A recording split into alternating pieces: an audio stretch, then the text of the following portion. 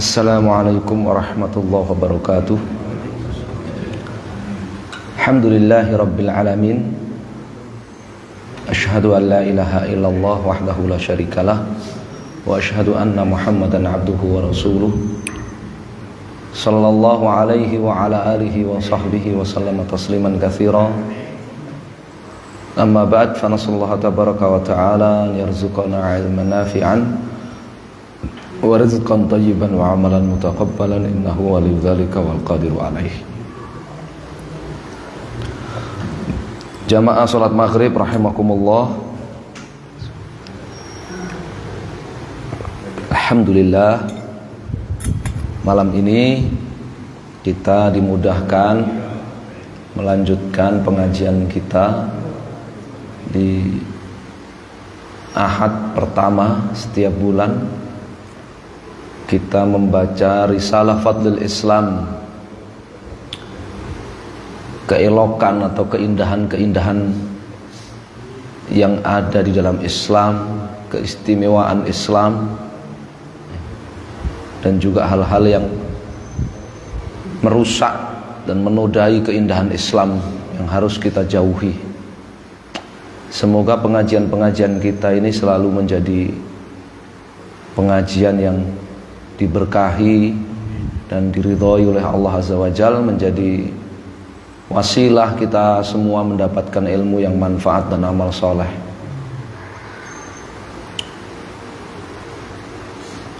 Kemarin kita membahas tentang Ahlus Sunnah wal Jamaah, ya. Beberapa waktu yang lalu kita membahas Ahlus Sunnah wal Jamaah, ya. Bahwa di antara keindahan dan keistimewaan Islam itu, ya, di dalamnya ada Ahlus Sunnah wal Jamaah, orang-orang yang mengikuti sunnah Nabi Shallallahu Alaihi Wasallam dan mengikuti al-jamaah, yaitu para sahabat Nabi Shallallahu Alaihi Wasallam dan seterusnya dari para ulama penerus mereka dalam keyakinan, dalam akidah, dalam iman, ataupun dalam amal, dalam ibadah. Dan itu akan terus ada sampai hari kiamat. Ya, meskipun di tubuh umat Islam itu ada golongan-golongan yang menyimpang, tetapi hal itu tidak akan membuat seluruh umat Islam itu kemudian menyimpang, tidak. Masih ada sampai hari kiamat, kata Nabi SAW, ya, dalam hadis-hadis yang kemarin kita baca, la tazalu ta'ifatum min ummati 'alal haqqi zahirin la yadhurruhum man khalafahum wala man khadzalahum hatta ya'tiya amrullahum 'ala dzalik, sampai hari kiamat. Ya, sampai hari kiamat hal itu. Ya. Kemudian berikutnya yang akan dibahas adalah kebalikan, ya, kebalikan dari sunnah dan jamaah, kebaikan dari as-sunnah dan al-jamaah yang harus kita jauhi, yaitu al-bid'ah. Yaitu apa? Bid'ah. Nah, sebagian orang Islam itu alergi duluan dengan kata bid'ah, ya kan? Pertanyaannya, apakah bid'ah sudah ada di zaman Nabi Shallallahu Alaihi Wasallam, dan bagaimana Nabi Shallallahu Alaihi Wasallam serta para sahabat menyikapinya? Ini yang penting, karena identitas terbesar Ahlus Sunnah wal Jamaah itu mengikuti Nabi, sunnah Nabi, dan mengikuti al-jamaah, para sahabat Nabi SAW. Nah, di zaman itu sudah ada bid'ah apa belum? Dan bagaimana sikap baginda Rasulullah SAW dan para sahabat terhadap bid'ah itu? Ya, ya tentu saja sudah ada. Bid'ah itu sudah ada. Ya. Bahkan Allah Subhanahu wa taala firmankan di dalam Al-Qur'an. Misalkan dalam surat Al-Hadid. Surat apa? Al-Hadid ayat yang ke-27. Ya, di sana Allah firmankan di tengah-tengah ayat itu warahbaniyatan ibtada'uha. Ya. Ma katabnaha alaihim illa ibtigha'a ridwanillah fama ra'au haqqa riayatiha. Ya.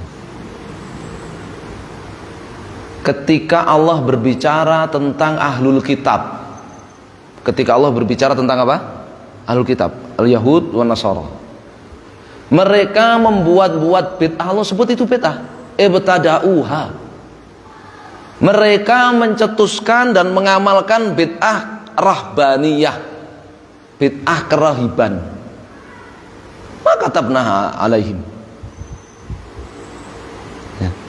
Kata Allah, kami tidak pernah mensyariatkan kerahiban itu kepada mereka.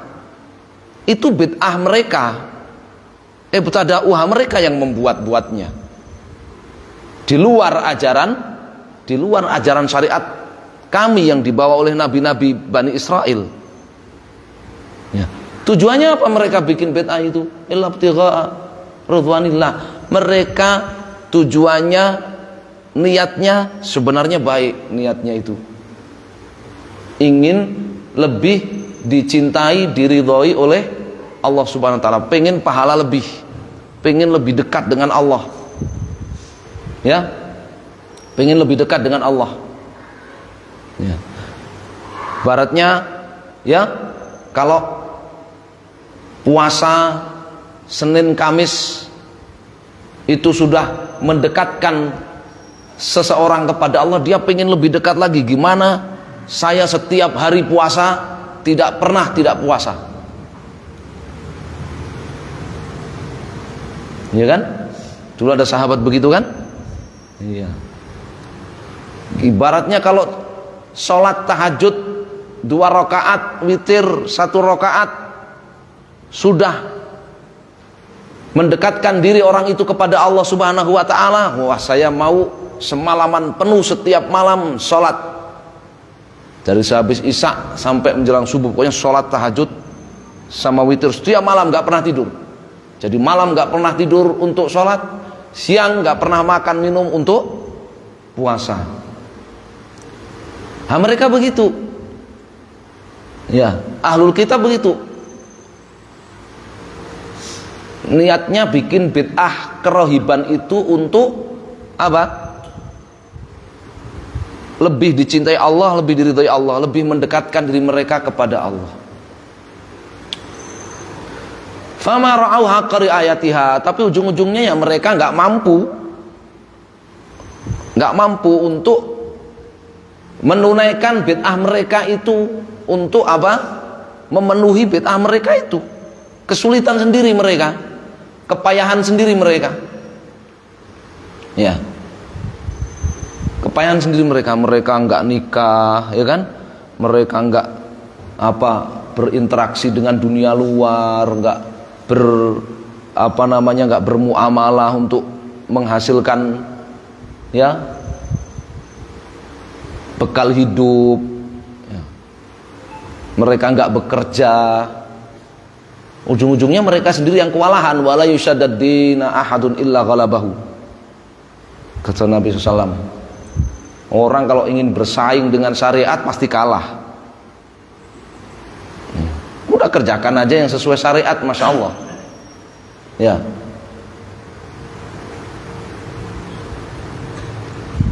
Dan sikap Nabi SAW dan para sahabat tentu sudah jelas dengan bid'ah ahlul kitab itu.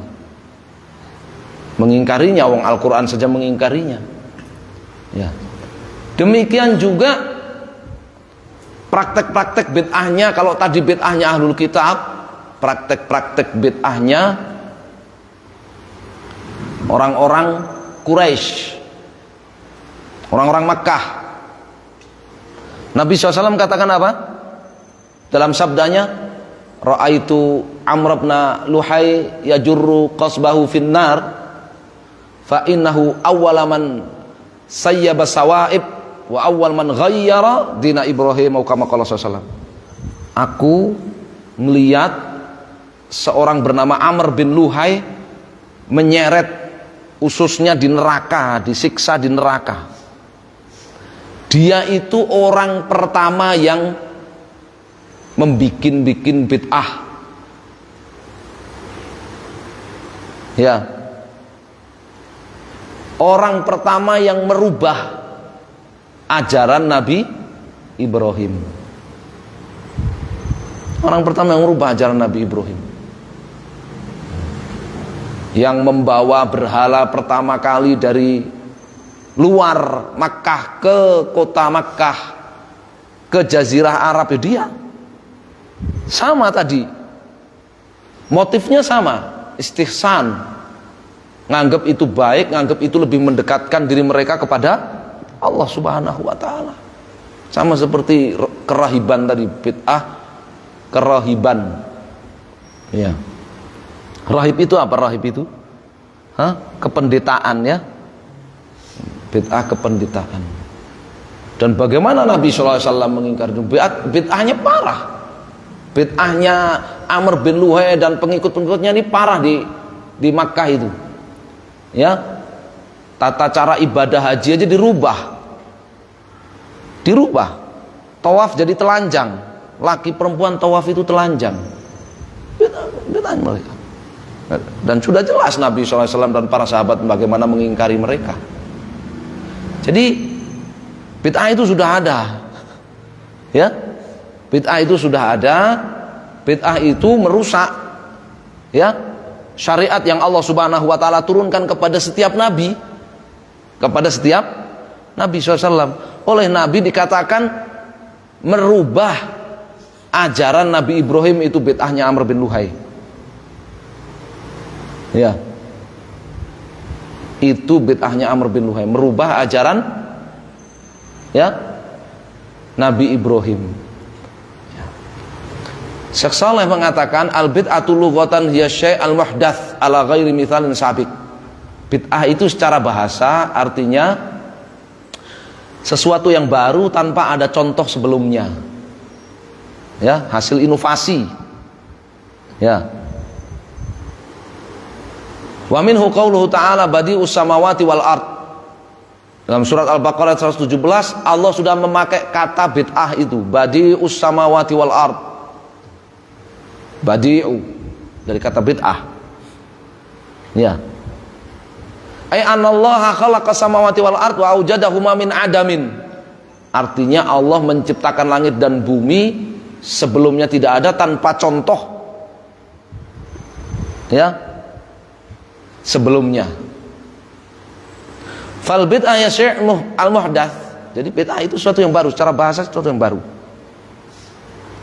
Wa amal bid'ah fi syara', adapun dalam istilah syariat bid'ah itu fahiya ihdatsu syai'in fid din laisa lahu aslun min kitabillah wala min sunnati rasulih.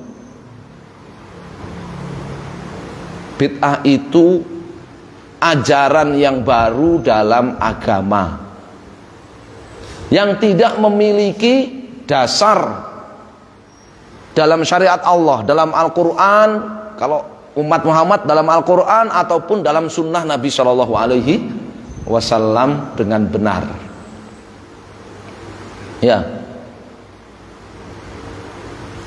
Jadi dalam istilah syariat namanya bid'ah itu tidak ada dasar pengakuannya dari syariat, baik dari Al-Quran ataupun sunnah Nabi SAW. Ya. Yang kedua, itu ajaran baru dalam agama, baik bisa berupa pemikiran, keyakinan, ataupun amalan. Ya. Ataupun apa? Amalan. Ini dua ini ya. Tidak ada pengakuan, tidak ada dasar yang mengakuinya dalam syariat, Al-Quran atau sunnah Nabi Shallallahu Alaihi Wasallam. Yang kedua, itu berkaitan dengan agama, ajaran agama yang baru. baik berupa keyakinan ataupun amalan. Ya, baik berupa keyakinan atau amalan. Syekh Saleh beliau di sini tidak menambahkan unsur niat. Ya, tidak menambahkan unsur niat. Sebagian ulama seperti Syatibi menambahkan unsur niat. Dengan niat orang yang memunculkan ajaran agama, dalam agama itu ajaran yang baru tanpa memiliki dasar yang benar dalam Al-Quran atau Sunnah Nabi, dengan niat semakin atau lebih dekat kepada Allah, lebih dicintai, lebih diridhoi oleh Allah Subhanahu wa ta'ala. Seperti tadi dalam ayat Al-Hadid tadi, ayat 27, illa ibtigha'a ridwanillah. Tidak lain tujuannya mencari keridhaan Allah Azza wa Jalla, tapi dengan inovasi sendiri. Kenapa tidak ditambahi unsur niat? Karena orang bikin bid'ah itu tidak mesti niatnya cari keridhaan Allah, pengen lebih dekat dengan Allah, pengen lebih dicintai Allah, tidak mesti. Ada orang bikin bid'ah niatnya untuk merusak, ya. Ada orang bikin bid'ah niatnya untuk apa? Untuk merusak ajaran. Dan itu banyak. Ya, orang bikin bid'ah niatnya untuk merusak ajaran Islam. Ya. Syiah pertama muncul, bid'ah Syiah pertama muncul, motifnya bukan untuk mendekatkan diri mereka kepada Allah, tapi untuk merusak Islam. Ya, untuk merusak Islam di masa kekhalifahan siapa? Sayyidina Utsman ibn Affan radhiyallahu ta'ala an. Niatnya adalah untuk menggulingkan khalifah Utsman, sehingga berakhir dengan syahidnya, gugurnya Utsman ibn Affan radhiyallahu ta'ala khalifah saat itu. Jadi tidak setiap bid'ah itu motifnya adalah lebih mendekatkan diri kepada Allah, motifnya cari pahala yang lebih. Enggak. Ada yang motifnya ngerusak. Ya.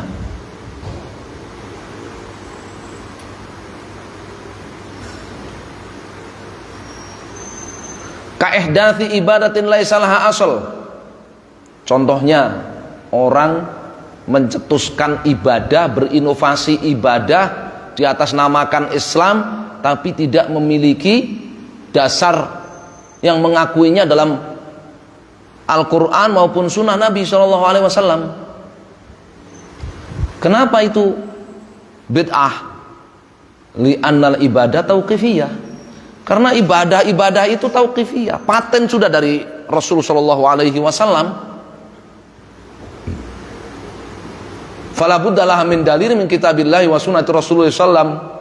Maka diperlukan adanya legitimasi dari Rasulullah sallallahu alaihi wasallam. Ya. Makanya satu kekeliruan kalau menganggap ya ndak semua bid'ah itu dicela oleh Nabi SAW. Buktinya ya, ada sahabat jadikan pemimpin pasukan kecil untuk meronda. Setelah pulang mereka, anak buahnya lapor kepada Nabi, imam kami itu, pemimpin kami itu setiap kali ngimamin sholat selalu ditutup rakaat kedua dengan apa? Membaca Qul huwallahu ahad, surat Al-Ikhlas. Nabi kan nggak pernah sholat setiap rakaat kedua ditutup dengan bacaan Al-Ikhlas, kan nggak pernah. Ini ada sahabat ngimamin sholat, jadi amir pasukan setiap ngimamin sholat begitu. Maka Nabi katakan, selalu tanya kalian kenapa? Ya, ketika ditanya, si komandan ini jawabnya apa? Inni uhibbu hali ana sifatur rahman. Saya mencintai surat Al-Ikhlas itu karena surat Al-Ikhlas itu sifat Allah Azza wa Jalla. Qul huwallahu ahad, Allahu samad, lam yalid wa lam yulad wa lam yakul lahu kufuwan ahad. Sifat Allah azza wa jalla. Sifatur Rahman, saya mencintainya. Maka Nabi menyetujuinya. Allah mencintai kamu karena kamu mencintai surat Al-Ikhlas itu. Tidak bid'ah, sudah dilegitimasi oleh Nabi SAW kok. Keliru lagi kalau yang nyontoin bid'ah itu dengan apa? Enggak diingkar oleh Nabi SAW dan para sahabat itu dengan Bilal yang sholat 2 rakaat setiap kali sesudah wudhu.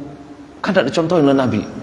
Sampai Nabi nanya, ya, kok aku dapati, ya, tidak laku masuk surga kecuali sepasang sendalmu lebih dulu di surga.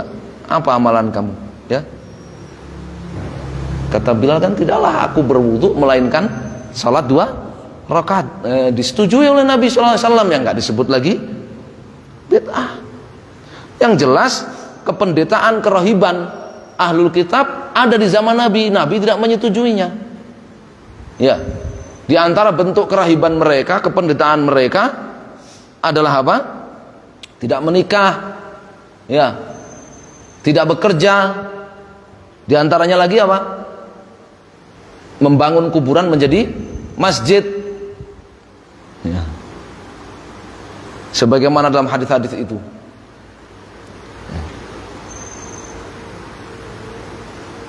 Idza mata fihim rajulun saleh awin nabi bana ala qabrihi masjidan. Sawarutil kaswar. Mereka ahlul kitab, setiap kali ada orang soleh mati atau nabi mereka yang wafat, dibangun di kuburannya masjid, lalu dibangun di situ monumen-monumen mereka, monumen-monumen orang soleh, ya, sebagai ornamennya, ya. Diingkari oleh Nabi SAW. Itu bid'ah. Wa ma laisa alaihi dalilun fa innahu bid'atun madhmumatun mardudah. Apa yang tidak ada dalilnya dari ajaran agama, baik pemikiran, keyakinan ataupun ibadah, amalan, maka itu bid'ah yang tertolak. Kenapa? Li'anallaha akmala hadzal din. Allah sudah menyempurnakan Islam ini. Al-yauma akmaltu lakum dinakum wa atmamtu alaikum ni'mati wa raditu lakumul Islam madina. Fa akhbara subhanahu akmalad din qabla wafatin Nabi sallallahu. Allah beritahukan Allah sudah menyempurnakan Islam ini sebelum Nabi wafat. Fama tufiya Rasulullah sallallahu illa waqad akmalallahu din lil ummah. Nabi wafat, Islam ini sudah sempurna bagi umat beliau. Fa yu syai'in ba'da dzalika yuhdatsu fa innahu mardud. Maka keyakinan, pemikiran ataupun pendapat ataupun ibadah yang diatasnamakan Islam sesudahnya maka tertolak. Makanya Nabi SAW sabdakan, man ahdatha fi amrina hadza ma laysa minhu fahuwa raddun. Wa fi riwayatin man amila amal laysa alaihi amruna fahuwa raddun mardudun alaihi. Faman ahdatha fi amri nabi au amila amalan laisa alaihi amr rasul. Siapa yang mencetuskan ajaran di atas namakan Islam, mengamalkan satu amalan di atas namakan Islam di luar ajaran Nabi sallallahu alaihi wasallam, fa innahu la yuqbal indallah, maka enggak diterima oleh Allah azza wajalla. Wa huwa mardudun ala sahibihi, tertolak. Wa in kana sahibuhu hasanan niyah, meskipun niatnya baik. Meskipun niatnya baik, ya. Yurid al-ajr, pengen pahala. Tadi dalam surat Al-Hadid ayat 27 kan, mereka yang bikin bid'ah kerahiban niatnya baik, pengen dapat ridha Allah. Fahadha la yasuhu, ya, al-bid'ah walau hasuna. Fahadha la yusawwighul bid'ata walau hasuna qasdu sahibiha. Sekedar niat yang baik, tujuan yang ingin dapat pahala, itu tidak menjadikan bid'ah itu legal. Ya.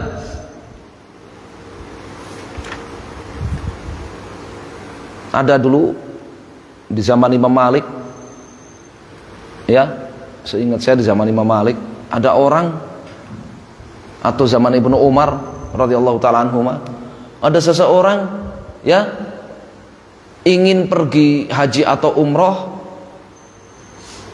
dan memulai ihramnya bukan dari mikot, inginnya dari Madinah, dari tempat dia tinggal di Madinah. Dilarang ya oleh Imam Malik atau oleh Ibnu Umar. Ya, dia nanya, apa masalahnya? Cuman beberapa mil dari ya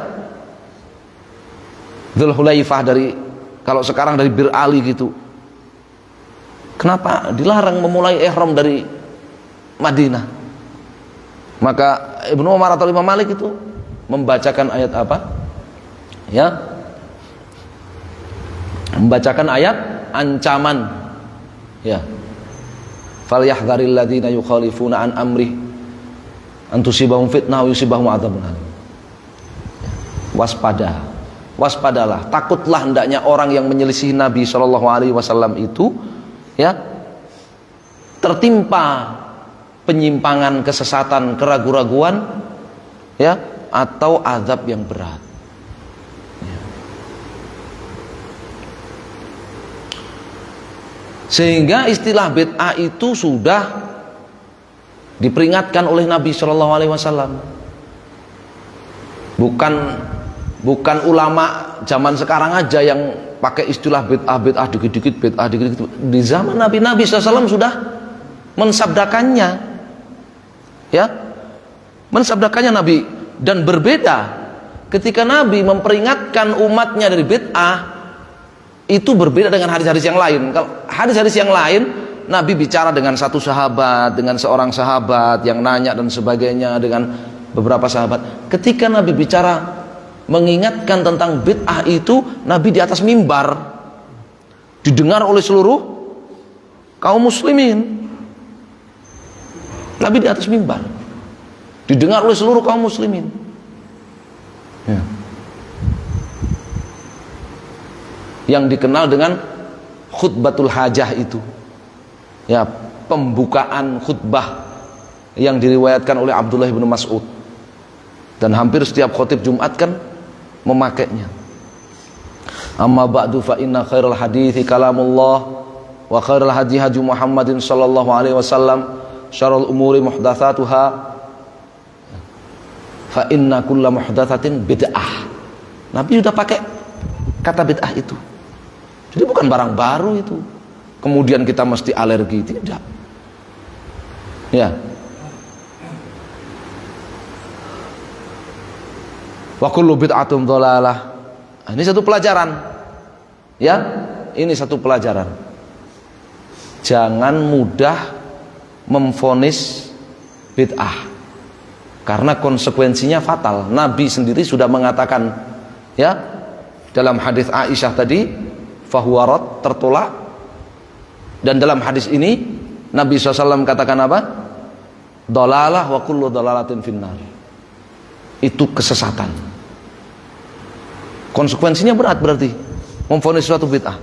Tapi juga jangan bermudah-mudahan terhadap ajaran, pemikiran, pendapat, amalan yang sudah divonis bid'ah oleh para sahabat, para tabi'in, para atba'ut tabi'in, para ulama-ulama yang mendahului kita.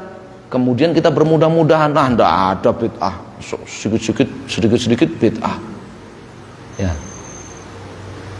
Jadi orang harus insaf, harus adil ya, tidak sembarangan memvonis sesuatu itu bid'ah ya. Dan yang sudah divonis bid'ah oleh para ulama-ulama yang mendahului kita, terlebih lagi dari generasi awal Islam, maka jangan sembarangan kita menolaknya, menolak vonis itu ya, kemudian bermudah-mudahan melakukannya ya, atau mempercayainya ya.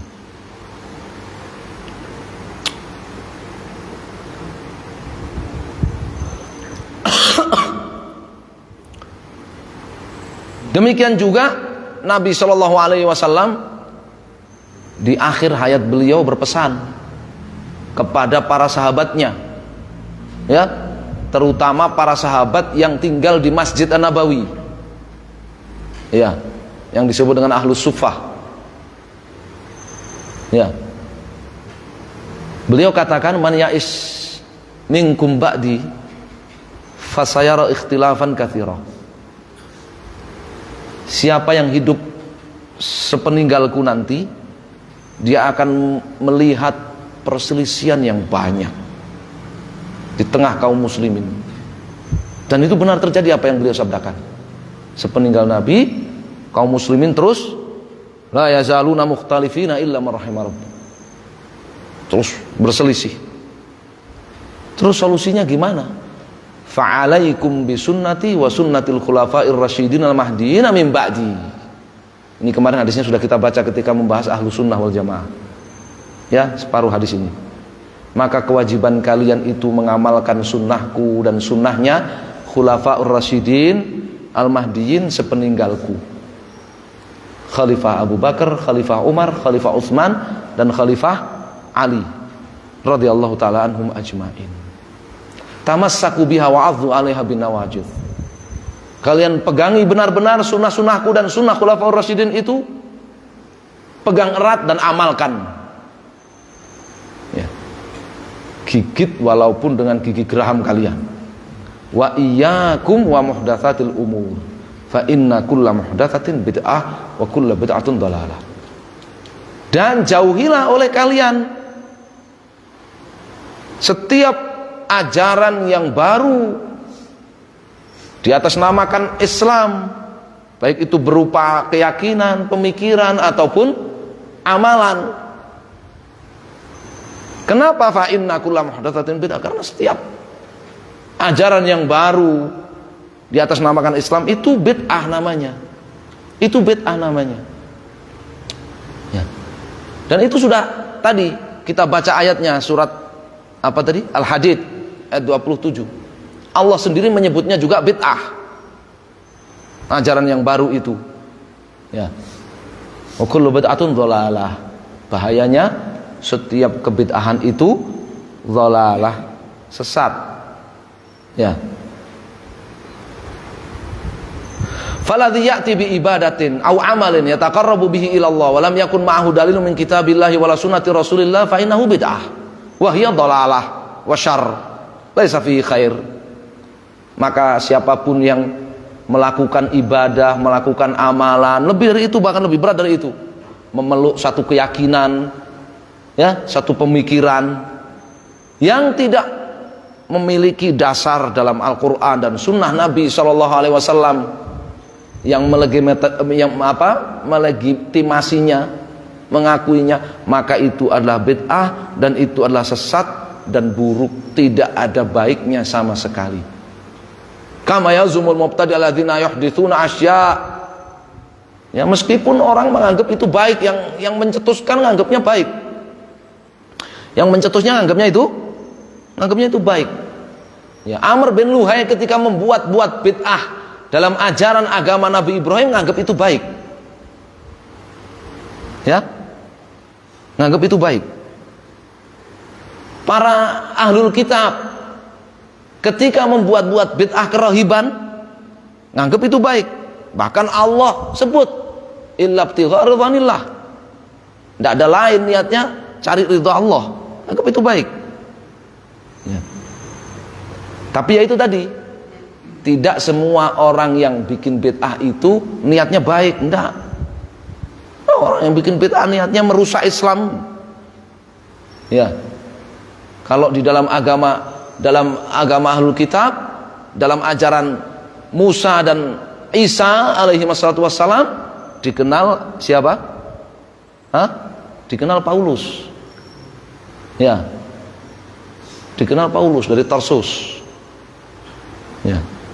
Yang membuat bid'ah di kalangan mereka.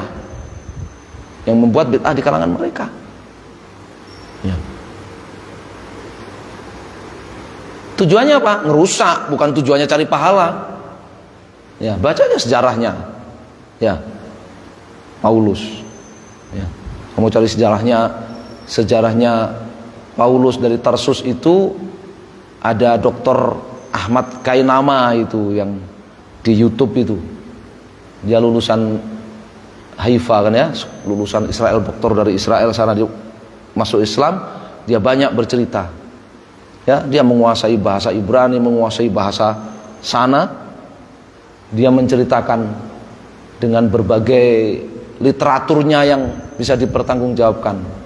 Ya, Saulus dari Tarsus, yang kemudian kita baca Paulus.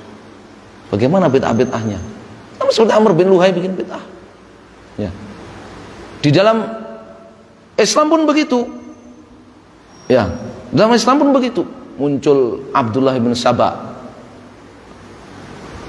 Ya. Kemudian ajarannya disebut Syiah Sabaiyah.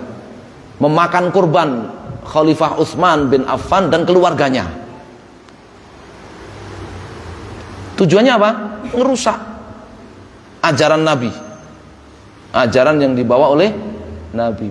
Bersyukurnya kalau ajaran Nabi kita Muhammad SAW itu dijamin oleh Allah Subhanahu wa Ta'ala, ya, kemurniannya sampai kiamat, dijamin, dijaga oleh Allah, dan oleh Nabi SAW dikasih berita gembira lagi, akan ada ahlu sunnah wal jamaah yang selalu menjaganya sampai akhir zaman. Tapi kalau di agama sebelumnya tidak ada jaminan, tidak ada jaminan.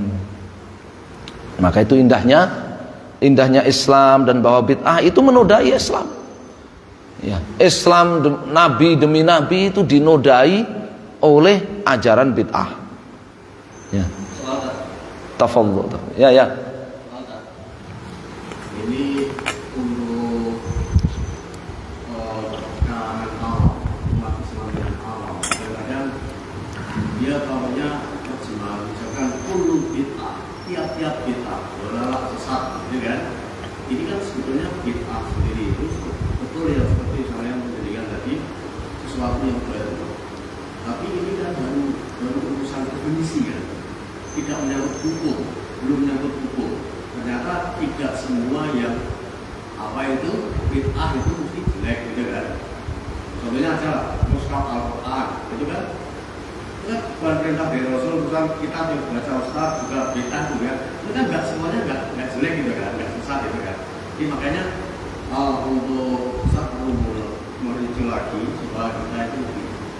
Ya. Contohnya saya gini tak, saya mengadakan khatam Al-Quran setiap malam Jumat, itu bid'ah nggak?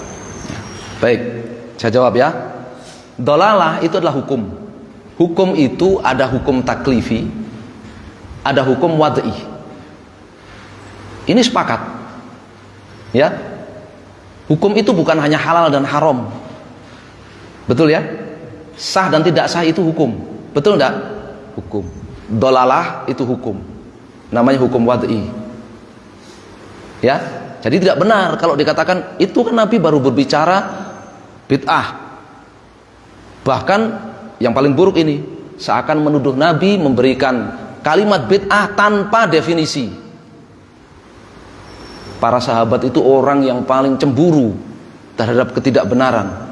Tidak ada satupun sahabat bertanya, Nabi, engkau tidak memberikan definisi, engkau hanya mengatakan bid'ah, bid'ah, bid'ah tanpa definisi. Ya, walhamdulillah, definisi bid'ah itu sudah disebutkan dalam surat Al-Hadid ayat 27. Tadi sudah kita baca ayatnya. Sudah disebutkan definisinya oleh Nabi SAW sendiri dalam hadis Amr bin Luhai dan dalam hadis Aisyah radhiyallahu taala anha. Tadi sudah kita baca. Iya. Bagaimana? Apakah pembukuan Al-Quran itu bid'ah? Apakah pembukuan Al-Quran itu bid'ah? Tidak. Nabi SAW punya kutab namanya, kutabul wahyi, para pencatat wahyu, para penulis wahyu.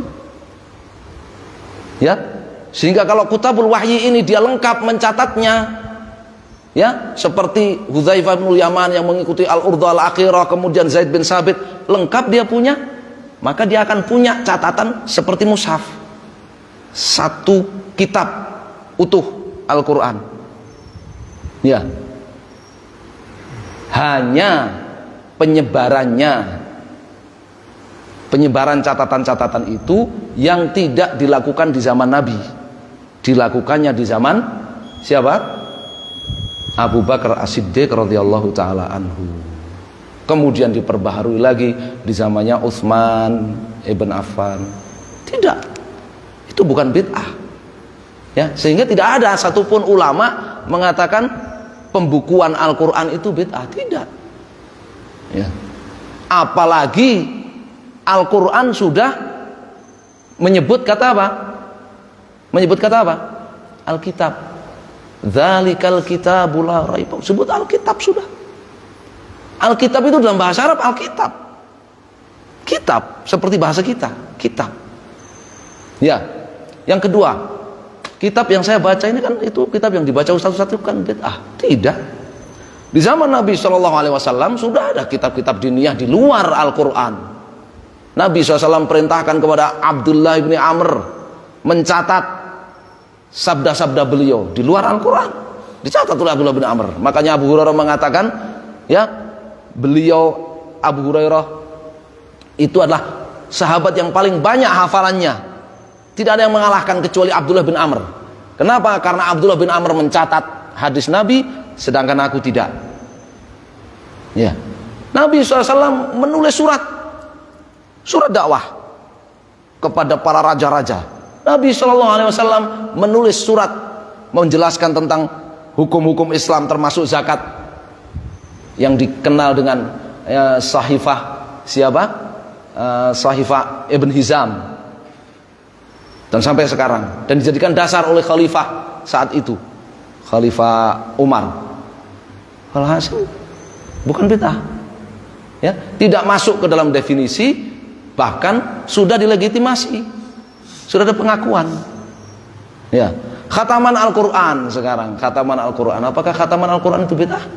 Tidak, ya, tidak. Ada sahabat yang menghatamkan Al-Qur'annya 3 hari sekali. Ada sahabat yang menghatamkan Al-Qur'annya 7 hari, 1 Jumat sekali, 7 hari sekali.